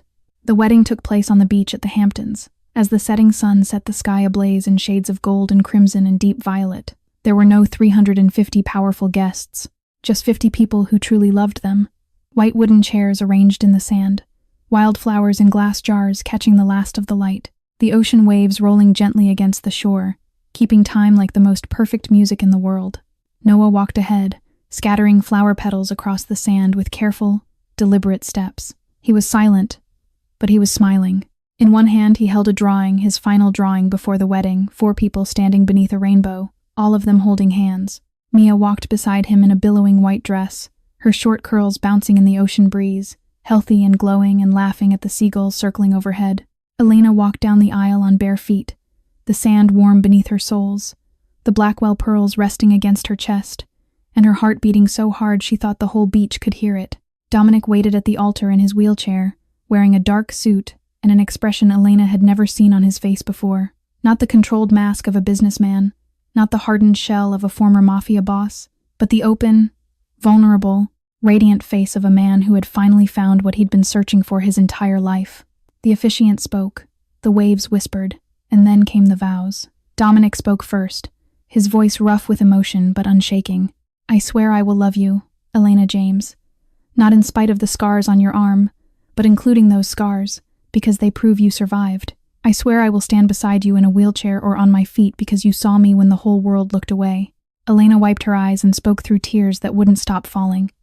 "I swear I will love you, Dominic Blackwell. Not in spite of the wheelchair, but including this wheelchair, because it's part of you. I swear I will dance with you in our own way every single day until my last breath." Their lips met. 50 people rose to their feet and applauded. The ocean waves crashed against the shore as if the sea itself were celebrating. And then Noah ran forward. He threw his arms around both of them, his small body pressed between Elena and Dominic, his face buried in the fabric of their clothes. And for the second time in his life, Noah James opened his mouth. His voice was still small, still shaking, but clearer than before, stronger, as if the word on the rooftop had broken open a door that had been locked for 7 years. 2 words: my family. Dominic lifted the boy into his lap, pressed his lips against Noah's forehead, and whispered back with a voice that broke on every syllable. "We always were, my boy. We always were." Mia threw herself into the embrace seconds later, laughing, her small arms wrapping around all 3 of them at once. And the 50 guests watched through their own tears as the 4 of them held each other on the sand, a family forged not by blood alone, but by suffering and courage, and a love that refused to surrender. The first dance was Claire de Lune. Elena guided Dominic's wheelchair across the sand, her bare feet leaving prints beside the wheel tracks, the melody drifting over the ocean like a lullaby. It was the same dance they had shared in the garden a year ago, the same music, the same grace, the same quiet beauty. But this time there were no 350 judging eyes, no cameras, no whispers, only 50 loving hearts, and the sound of waves, and the last light of the sun sinking into the sea. Several hundred meters away, on the narrow road leading down to the beach, a woman stood watching. Vanessa Sterling was thin now. The glamour that had once clung to her like perfume had faded. Her designer clothes hung loose on her frame. Her eyes, once bright with ambition and calculation, were hollow. She watched Dominic smile at Elena in a way he had never smiled at her. She watched the children clinging to him, laughing, calling him family. She watched the happiness she had thrown away to chase Marco Moretti, the man who was now rotting behind prison walls, facing a lifetime sentence, unable to give her anything ever again. Tears slid down her cheeks. But they weren't tears of true regret. They were the tears of someone who had gambled everything on a bet she thought she couldn't lose, and lost it all. Every last thing. She looked one final time, then she turned away and walked into the gathering darkness. No one saw her leave. No one cared. But the story didn't end at the wedding. 5 years later, what Elena and Dominic built together had grown far beyond anything either of them had ever dared to dream. 5 years after the wedding on the Hamptons beach, Elena James stood on the balcony of the Phoenix Foundation headquarters in Manhattan and looked out at a city that had once tried to destroy her. 10 facilities now bore the Phoenix Foundation name: New York, Los Angeles, Chicago, Miami, Houston, Seattle, Denver, Atlanta, Boston, Philadelphia. 10 buildings rising in 10 cities across America, each one a place where people the world had turned its back on could walk through the doors and be seen as human beings. More than 50,000 people had passed through those doors. Veterans who had lost limbs and lost hope. Women who had fled violent homes with nothing but the clothes on their backs. Children with disabilities who had been told they would never amount to anything. People in wheelchairs, on crutches, with prosthetic legs. People who had been made to feel invisible by a world that measured worth in wholeness. Elena was still the chief executive officer, but she was no longer alone. She had built a team around her brilliant, compassionate people who shared her vision and carried it forward with the same fire that had driven her from the very beginning. Noah was 12 now. He was still a boy of few words. Sentences came slowly, carefully, as if each one had to travel a great distance to reach his lips. But he spoke. Short sentences, quiet sentences, but real. His drawings, however, spoke louder than any words ever could. His artwork had been exhibited at the Museum of Modern Art in a solo show titled The World Through Silent Eyes, a collection of paintings that captured how a boy with autism experienced the world around him. Critics called it breathtaking. Visitors stood in front of his canvases and wept without understanding why. When a reporter asked Noah what he wanted to be when he grew up, the boy thought for a very long time. Then he said slowly, carefully, each word placed like a brushstroke on a canvas, the longest sentence he had ever spoken in his life. I want to help kids like me see the world in colors. Mia was 9, healthy, completely, entirely, miraculously healthy. Her hair had grown back thick and dark and wild. She ran faster than most children her age. She laughed louder. She argued more fiercely. And when anyone asked what she wanted to be, she answered without a second of hesitation. A doctor. I want to save kids like Noah saved me. The family had grown. 2 years after the wedding, Dominic and Elena adopted Ethan, an 8-year-old boy with a motor disability who had spent his entire life in foster care, waiting for someone to want him. A year later, they adopted Sophia, a 6-year-old girl orphaned from birth, quiet and gentle, who had never known what it felt like to be held by a mother, until Elena wrapped her arms around her for the first time. I want a family where every child is loved, Dominic had said the day they brought Sophia home, his voice thick with emotion, no matter their circumstances or limitations. Every year, the Phoenix Foundation held the Phoenix Ball, an annual gala unlike anything New York had ever seen. It wasn't a night of tuxedos and champagne and speeches by people who had never known struggle. It was a night of dancing. Hundreds of couples moved across the ballroom floor in their own way, in wheelchairs, with crutches, with prosthetic limbs, with guide dogs, with caregivers holding them steady. No rules, no judgment, just music and movement and joy. Elena taught the opening dance every year, the same dance she had invented on that terrible, beautiful day in the Blackwell garden. The dance that proved a wheelchair wasn't an obstacle, but a partner. And every year, as the evening drew to a close, the lights would dim, the crowd would part, and Claire de Lune would begin to play. Elena would step behind Dominic's wheelchair and begin to move the same slow, graceful steps, the same turns, the same moments where she would lower herself to his eye level and take his hands. The same dance, their dance, the one that had started everything. Hundreds of people would watch in silence, some smiling, some crying, all of them remembering where this story began: a garden, a betrayal, a woman in a housekeeper's uniform, and a question that changed 2 lives forever. At the 5th annual Phoenix Ball, a reporter approached Elena as the last notes of Claire de Lune faded into the ballroom air. She had a question, the same question Elena had been asked 100 times before. But this time, on this night, standing in the building she had helped create, with her children laughing somewhere behind her and her husband smiling across the room, the answer carried the full weight of everything she had lived. What made you step forward that day in a garden full of strangers? The reporter held the microphone toward Elena, the ballroom still humming softly behind them with the fading echoes of Claire de Lune and the laughter of guests who hadn't yet wanted the evening to end. Elena glanced across the room. Dominic was in the far corner, surrounded by children. Mia sat on the armrest of his wheelchair, telling him something with wild hand gestures that made him laugh. Noah stood beside them, quietly sketching on a napkin. Ethan was tugging at Dominic's sleeve, trying to show him a magic trick he'd learned at school. And Sophia, the smallest, the quietest, was curled in Dominic's lap with her head against his chest, fast asleep. Elena watched them for a long moment, a soft smile resting on her lips. I saw a man who needed to be seen as a human being, she said, and I remembered that he had seen my daughter when no one else did. He didn't know my name. He didn't know my story. He just saw a woman crying in a hospital chapel and asked how he could help. She paused, her brown eyes glistening under the ballroom lights. Sometimes courage isn't something grand or heroic. Sometimes it's just daring to ask one simple question: would you like to dance with me? And sometimes love doesn't start with a kiss or a grand gesture. It starts with a hand reaching out in the dark, hoping someone will reach back. The reporter nodded, then asked, "Any advice for people going through hard times right now?" Elena thought for a moment, her gaze drifting to the scar on her left arm, the scar she no longer hid, the scar she wore like proof that she had survived. "Don't ever let your circumstances define who you are," she said, her voice steady and clear. "I used to be a battered wife living in a broken-down car with a silent son and a dying daughter. I used to think the world had forgotten me. Now I'm the chief executive officer of an organization that has helped tens of thousands of people find their dignity again." She shook her head gently. "Not because I'm special, not because I'm stronger or smarter than anyone else, but because I didn't quit. And because along the way, I met people who believed in me when I didn't believe in myself anymore. That's all it takes sometimes, just one person who sees you when the rest of the world looks away." Late that night, after the ballroom had emptied and the last guests had gone home, the Blackwell house fell into a familiar, gentle quiet. The children were asleep. Mia in her bed with a medical textbook she'd been reading before her eyes grew heavy.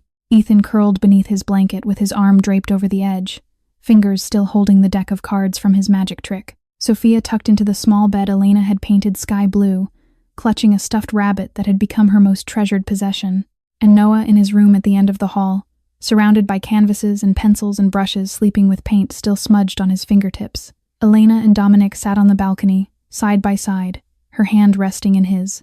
The city stretched out before them, millions of lights flickering like earthbound stars. They didn't speak. They didn't need to.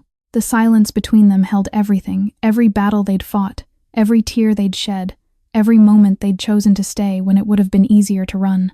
On the small table beside them lay Noah's newest drawing. 6 people standing on the roof of a tall building, the city glowing beneath them in a wash of golden light. A woman, a man in a wheelchair, a tall boy, a girl with wild curly hair, a boy leaning on a crutch, and a small girl holding a rabbit.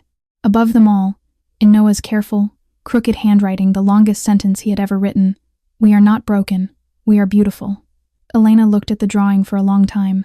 Then she leaned her head against Dominic's shoulder, closed her eyes, and smiled.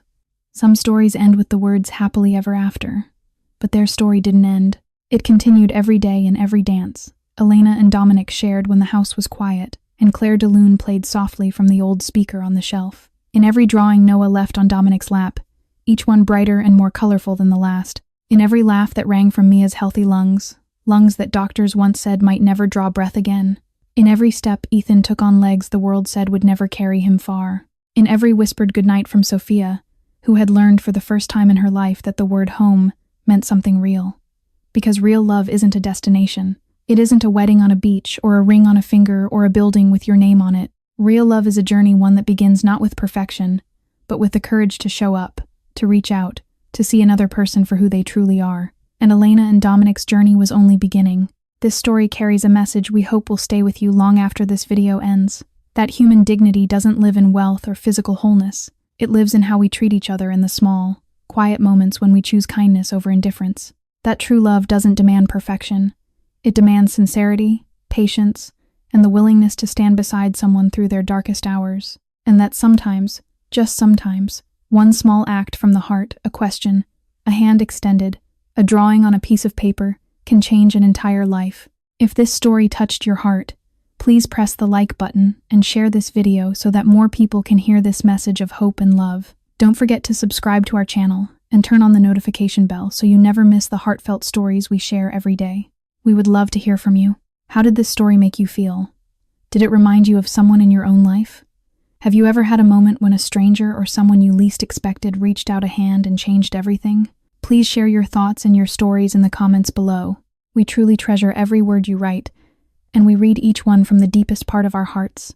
Thank you so much for staying with us all the way to the end of this story.